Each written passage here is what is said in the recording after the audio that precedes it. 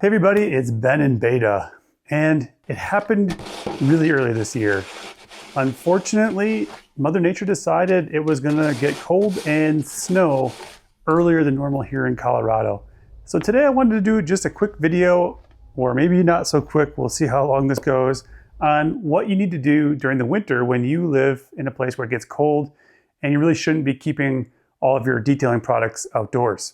So organizationally, I usually keep things in different bins like this, even out in the garage most of the time, and just pull it out when I need it. I do sometimes hang some of the chemical bottles that I use quite often on a rack that I have out in the garage. But we're in the middle of getting ready to move and winter hit at the same time. So right now I'm trying to figure out a storage system for the winter and for moving. And I just thought this would be a good time to talk about what you need to do to make sure that you take care of all of your detailing stuff that you've spent your hard-earned money on, and you want to make sure it lasts for as long as possible. So let's get into this today and talk through some of the things you definitely want to do when it starts getting cold and winter hits. Now, one other thing that's important for me for organization is because I live in Colorado right now and soon to be Utah, the temperatures and snow often fluctuate quite a bit. For example, we're getting like 12, 14 inches of snow over the next couple of days. And then next week, it's gonna be in the 50s and all that's gonna go away. So what I need is to make sure I organize this stuff so I can take out what I need to be able to wash my vehicle in between the storms and when it gets cold, and then bring it back inside and keep it organized so that I don't have to worry about when it's gonna freeze. So I'm just gonna talk through the way I would organize this. I would be super curious to know in the comments how you organize things, both in your garage in general, and then also in the wintertime when it gets cold, if you live in a climate that requires it. Once I do get to the new place in Utah, we will be taking some time to really set up the garage in a much better way going forward, but that's a video for down the road. Let's talk about the things that are the most important to bring in when it's gonna start to get cold and start freezing.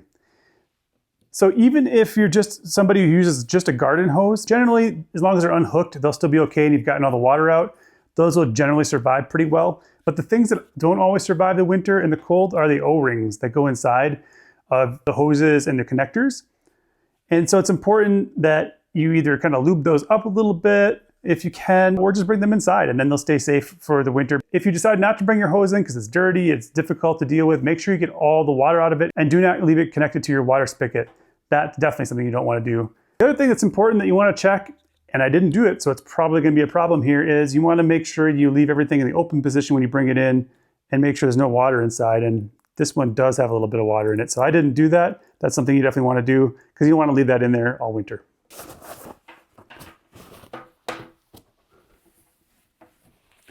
Clean. Hey, I scored a basket there. The same goes for your pressure washer. You want to make sure that you've emptied the water out of there the best you can, tipped all the water out before you bring it in so it doesn't sit with water in it all winter, if you can. But your pressure washer is definitely an item you want to bring in. You paid a lot of money for that, even if it's a cheap one. You don't want to have problems with it. And last winter, I did leave mine outside on accident, and one of the O-rings ended up busting, and then I had leaks all over the place. I was able to replace the O-ring, but it was kind of a pain in the butt. You also want to make sure your guns, again, have no pressure in them. This one I did a good job with. You're going to want to also bring in any of your sprayers, any of your foam cannons, all that kind of stuff. Definitely want to bring those in because they're plastic, and if it gets really cold, sometimes we get below zero here, and if you live in the north, they're going to get well below zero oftentimes. Plastic can crack, and then you have a problem. So you want to bring that in as well. The other things that you definitely want to bring in are your chemicals. Often you can find the temperature range for storage, but bring them in if you can and find a place to put them that's going to be safe. So that's also important. A lot of people will use laundry rooms or basements if you have one of those, and that's a great place to put them. Some of these might last the winter out in your garage and be fine, but a lot of them won't. And when you go back to use them the next year, they're not going to work the way they should, or they're going to be all gunked up. I have made that mistake in the past as well. Just bring them in. Take care of your stuff. Again, you paid good money for it, so take care of it. So those are all the things you really should be bringing in for the winter. Anything that's got chemicals in it, your pressure washer, your hoses, all that kind of stuff. These types of things obviously don't need to come in for the winter. That's not a big deal.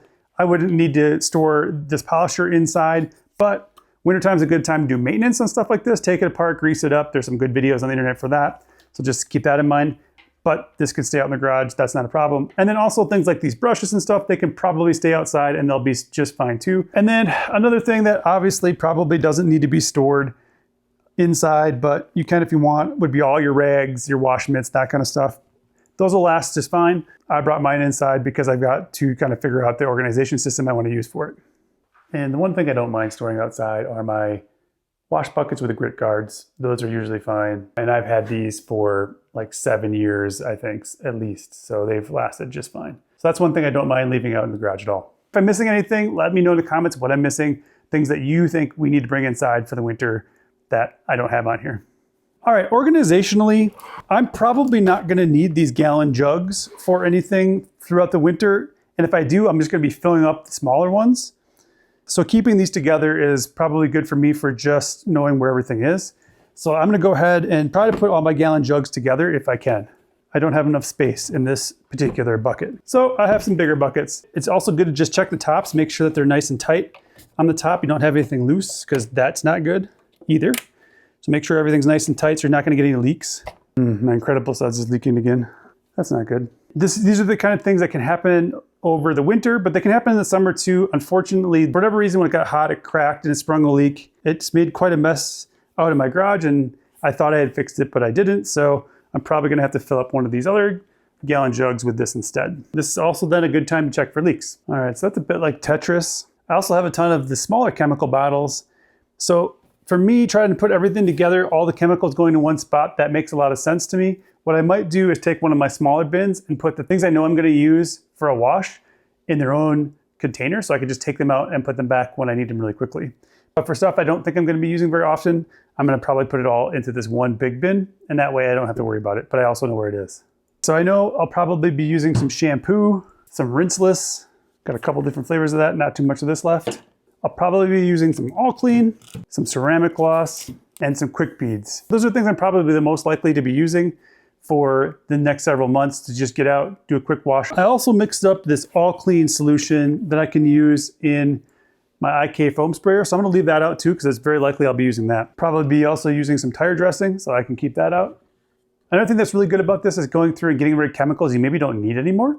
That can also be, I think, really helpful just to make sure that you're not keeping things for too long. So one other thing I have heard is that with things like the ceramic coatings, if you have a little bit left, one thing you can do is put it in the freezer. That will actually help you be able to use it for a little bit longer, maybe up to 6 months to a year. That's about as max you'd ever be able to do with something like this. But that is one way that I've heard that works. Comment below though if you think that works with ceramic coatings or not, maybe only certain ones. But I have heard that if you have some left, you can do that. All right, so I got all my chemicals that I'm not probably likely to use anytime soon in their own bin. And then I would just label that bin so I know what it is. This one's pretty heavy, but it's not too bad. Still definitely one I want to keep on the bottom. All right, so now I think I'd want a kit of things that I would be using on a regular basis for the rest of the winter. So I know I'm probably gonna use that All Clean and these chemicals that I left out here. So I'm gonna put those in right away. Still making sure that everything's nice and tight. Spray bottles, making sure they're shut. In case one falls over, we don't get any leaks. And now that I have that all that in there, I do have some room for some of the other equipment that I might use on a regular basis. If it gets warm enough, I might use the foam cannon, so I'm gonna stick that in there. My IK foam sprayer, I'll stick this in here, and then also the multi-sprayer for rinseless wash, and put that in there too. And then when I do my tires, I know that these are the things that I'm gonna be using, so I'm gonna stick these in here too, so I know exactly where they're gonna be. And my rinseless wash sponge, somehow I stained it. Not sure if I can get that out, but if anybody knows a good way to try to get that out, I did soak it in rinseless wash and I did soak it in PNS and it just never came out. Some other things I could add to this because I know I'm gonna use some of that stuff might be my connectors. I unconnected everything from this, but I might want to be able to quickly get those and know where they are. So I'm gonna stick those in there too. I can also stick in my gun and I think my hose will fit in here too. So now I'm ready to be able to wash anytime by just grabbing this and bringing it out into the garage, doing my wash and coming back as long as I have my pressure washer with it. So that's pretty easy. And this one's much lighter. One other thing I didn't talk about that I need to put in the chemical box is all these spray heads that I have for bottles I haven't opened yet. Just leaving these inside the box, they get all over the place, but if you just put them into a bag like this, I can just grab one out when I need it, and they're gonna stay pretty well organized. This is a cheap and easy way to organize these spray heads and store them. And then I've got a bunch of polishing stuff, so I might as well store that together. That kind of makes sense to me, so I can get all that into one bin. And realistically, this is just becoming kind of a miscellaneous bin for me. With some of the rest of what I have left over, I'm actually be creating a little kit for my wife to be able to wash her car as well. She wants to get into rinseless washing. So I'm gonna use some of these things to create a little kit to give to her. These are pretty much all the boxes. The really heavy one's still on the ground. I just don't want to pick it up. But all that stuff has now got a place. Another cool thing I've seen some other people do is when you have things like reg company stickers or something that you get from a company, if you have all regs inside there, you can put them around the outsides. And then that way you'll be able to identify really quickly what's in there. So I was able to get everything organized pretty well. I've got the different bins for different things. I've got my long-term chemical storage over there. I'm not picking that up, it's heavy. I've got my really quick, I want to get out and wash my vehicle bin. I've got all of my towels in here. I can grab what I need out of here really quickly and it's organized. I got my miscellaneous stuff, my polishing stuff all here. It's all ready to be moved, which is also great. And right now it's about 52 degrees in my garage. It's going to continue to get colder because it's basically going to be below 32 degrees for the next several days as it snows. Basically, now I know all my stuff is safe and I know where it is. So that's how I'm organizing my stuff right now. If you never thought about bringing your stuff in, definitely take care of it. Bring it in because you paid good money for it. You want it to work for as long as possible. Hopefully this helps you out. You learned a few tips that you can use. And if you have other tips, again, drop those in the comments below. I don't know everything. I love learning new things. That's part of who I am. So please share those tips if you have them. If you found this video even a little bit helpful, please hit that like button, subscribe to the channel, share this out with anybody who might also find it helpful to them.